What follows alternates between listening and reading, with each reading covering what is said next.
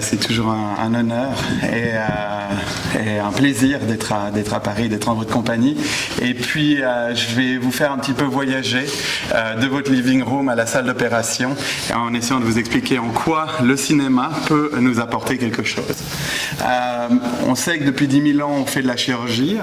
Et puis, les premiers instruments chirurgicaux sont apparus 4 000 ans avant Jésus-Christ. En tout cas, on en trouve des descriptions chez les Égyptiens. Et il ne se passe pas grand-chose pendant à peu près 3900 ans. On opère la même chose jusqu'à l'apparition de l'anesthésie. L'anesthésie se développe, on peut opérer les gens, mais ils meurent. Alors, heureusement, il y a la sepsie qui se développe.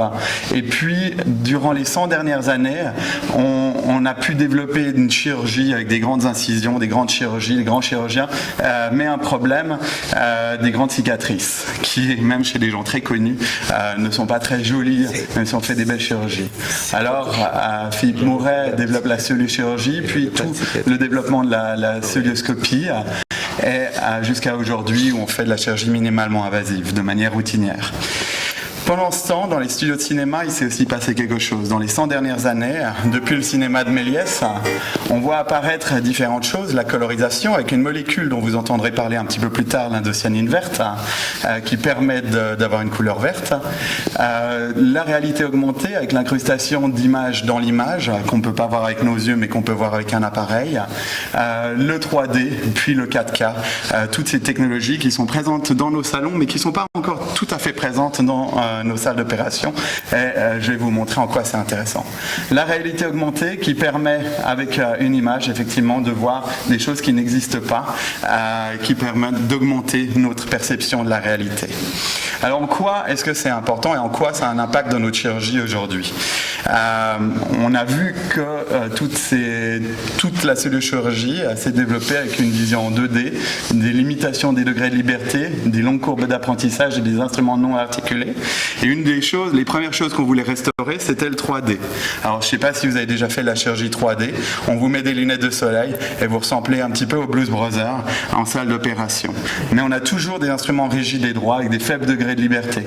Là-dessus, on a vu, donc il y a eu différents papiers qui montrent qu'il n'y a pas tellement de bénéfices entre le 2D et le 3D. Alors, il y a le même nombre de complications préopératoires, post-opératoires, et on a l'impression qu'on peut avoir des résultats un petit peu meilleurs, mais on n'a pas encore réussi à prouver ça.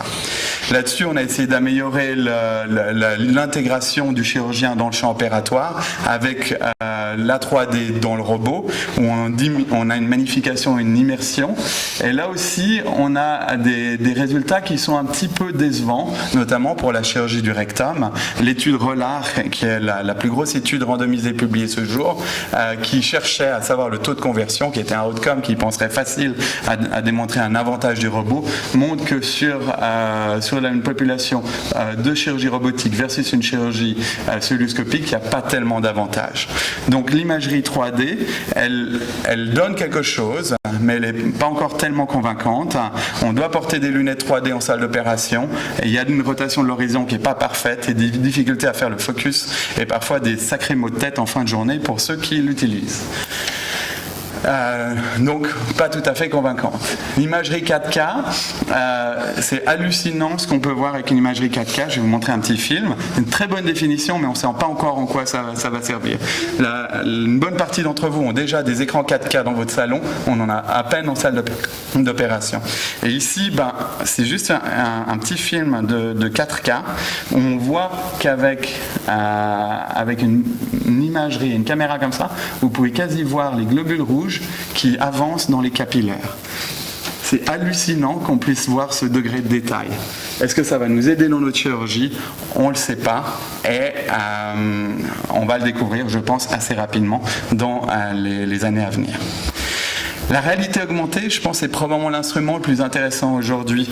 La réalité augmentée, comme je vous le disais en début, ça nous permet de voir avec un appareil quelque chose qu'on ne pourrait pas voir avec nos yeux. Ici, vous pouvez visiter la voiture que vous voulez acheter avant de l'acheter dans votre salon. À quoi est-ce qu'elle pourrait être utilisée? En chirurgie digestive, un des principaux problèmes, c'est la fistule anastomotique et que malgré tous les projets, on n'arrive pas à améliorer tellement les résultats. Et la question est comment est-ce qu'on peut améliorer ça? D'abord, quels sont les taux de fuite actuels? On a une étude européenne, le snapshot pour le côlon droit, qui montre qu'on a entre 5 et 8% de fuite pour une colectomie droite. Résultat, sur 3200 patients, sur 2 mois, pris en Europe, c'est le résultat, c'est la vraie vie, même si on pense qu'on a moins.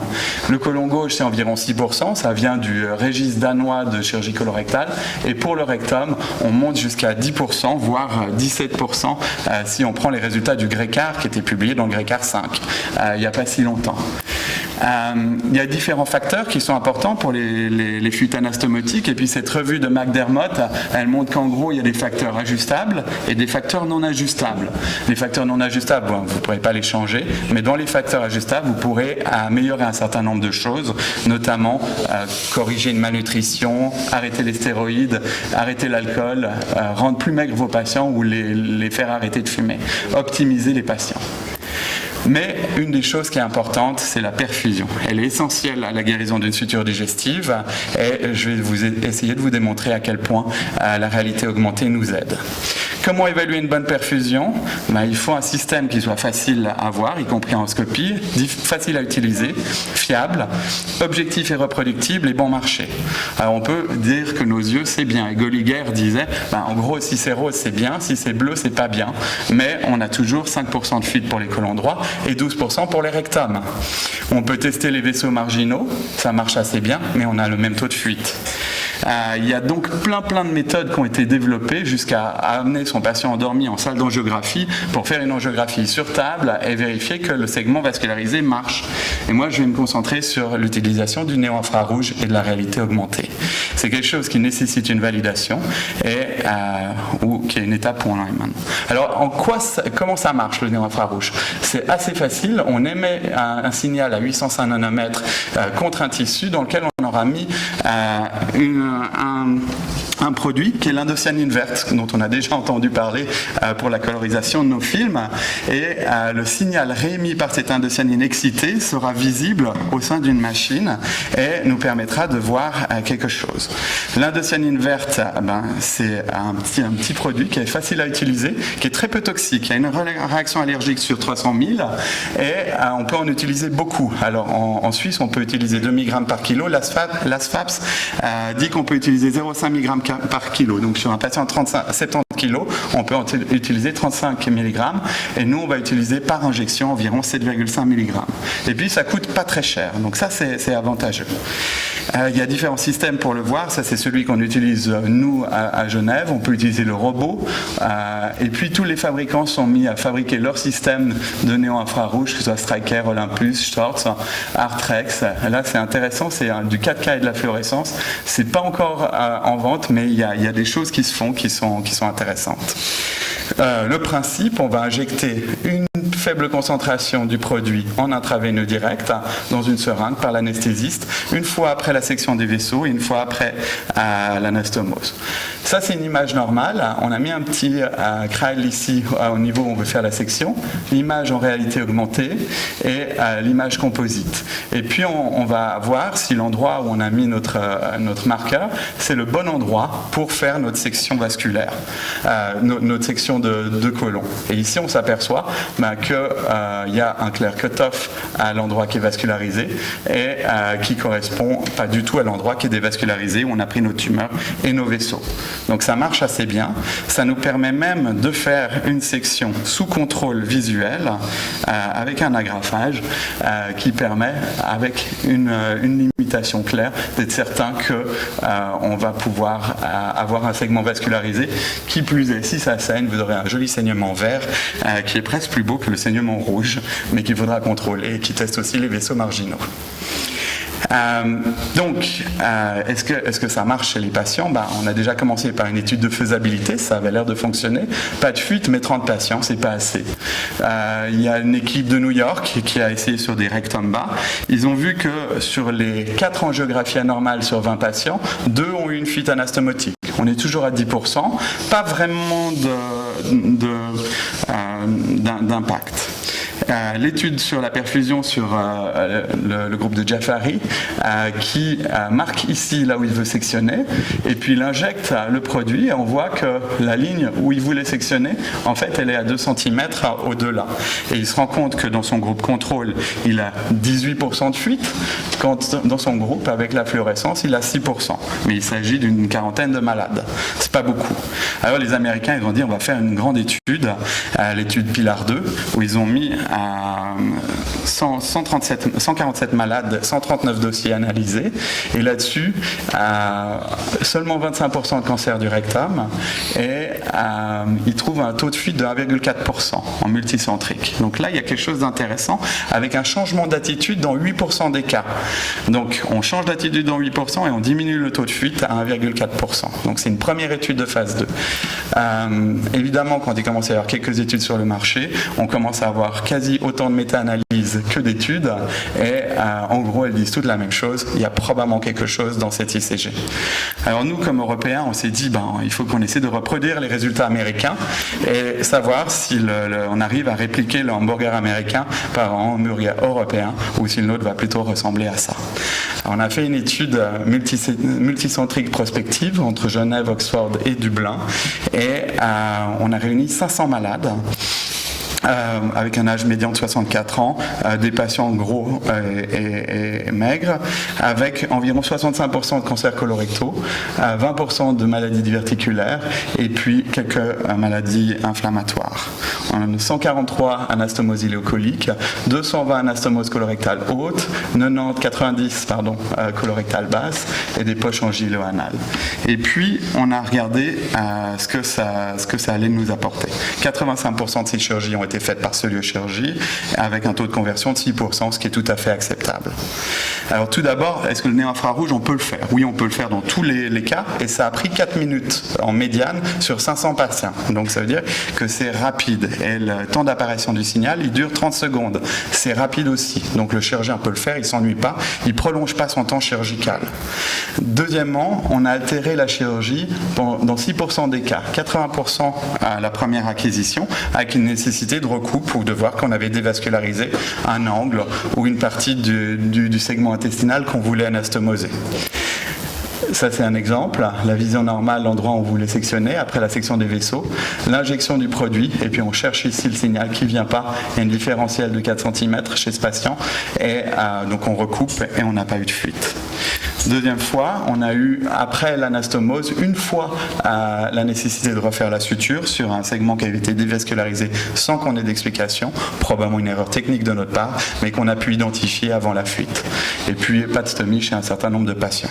Alors la question, c'est combien on a eu de fuites? On a eu 12 fuites sur ces 500 malades, 4 sur les côlons droits, 5 sur les résections antérieures hautes et 3 sur les résections antérieures basses. Ce qui donne une diminution de pratiquement 50% des fuites anastomotiques pour les colectomies gauches par rapport à notre étude contrôle, et puis de plus de 50% pour les rectums. Donc il y a quelque chose en prospectif, non randomisé, par rapport à notre contrôle qui est intéressant. Donc ça nous permet de diminuer les fuites de 50% avec un changement d'attitude dans 6%. Alors à quoi on peut aussi utiliser l'indocyanine? On peut l'utiliser pour les poches angilo-anales, notamment pour les manœuvres d'élongation, où on est sûr d'avoir une poche NG-pouch vascularisée avec un clan vasculaire. On vient de publier dans Colorectal Disease un petit papier avec 30 malades. On peut l'utiliser en urgence, où on change l'attitude sur des côlons ischémiques, y compris dans des mains non expertes, qui permet de sauver du côlon ou de l'intestin. Et c'est aussi possible de le faire pour les ganglions. Alors ça, c'est des gardes suisses, comme vous le reconnaissez au Vatican. On ne sait pas lequel est le sentinelle. Et le principe, c'est d'injecter proche de la tumeur notre indocyanine et de voir le mapping ganglionnaire qui nous permet de faire d'aller chercher ça comme du cherry picking. On peut aussi l'utiliser, le néo-infrarouge et la réalité augmentée, pour voir les urtères en live. Ça, c'est encore très expérimental. C'est 10 patients publiés par l'équipe d'Oxford, mais il commence à y avoir aussi des possibilités de le voir. Donc, en conclusion, l'adaptation des techniques du cinéma permet une amélioration de la visualisation, comme la 3D, la 4K. C'est prometteur, même si pour l'instant ça n'a pas encore prouvé qu'il y avait quelque chose. Mais par contre, la réalité augmentée semble visualiser des structures qui étaient invisibles jusque-là et vont peut-être nous permettre d'avancer vers le futur. Et toutes ces technologies, elles sont disponibles en salle et d'opération et de cinéma, évidemment. Le futur des études prospectives randomisées pour les flûtes anastomotiques, je pense que c'est important qu'on le prouve, même si c'est extrêmement convaincant. En tout cas, moi, je suis convaincu. J'espère vous avoir en tout cas amené vers un questionnement. Et puis peut-être qu'un jour, on aura aussi besoin de ces techniques dans l'espace. C'était un article publié dans le BGS où toutes ces techniques pourront être utilisées depuis la Terre pour repérer des patients dans l'espace. Et ce sera peut-être pour un futur pas si lointain. Des remerciements à toutes les personnes et puis je vous remercie pour votre attention.